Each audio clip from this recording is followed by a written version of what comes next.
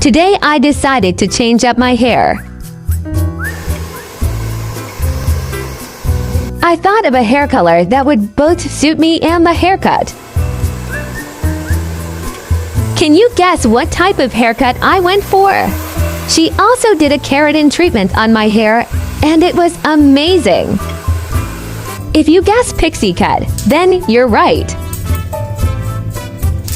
The color of my hair was ash blonde, which was toned down, and a mix of ash brown, honestly the perfect combination. Props to my hairstylist, by the way. She was amazing. She does home services for a cheap and affordable price. I just showed her a picture of what I wanted and she immediately knew what to do. Highly recommend. For anyone who's interested, here is her Facebook page. You can contact her here and she will get back to you as soon as possible. I am so happy with how it turned out.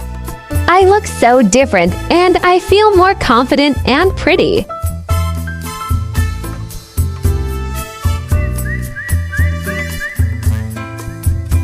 Thank you for watching. Don't forget to like and subscribe.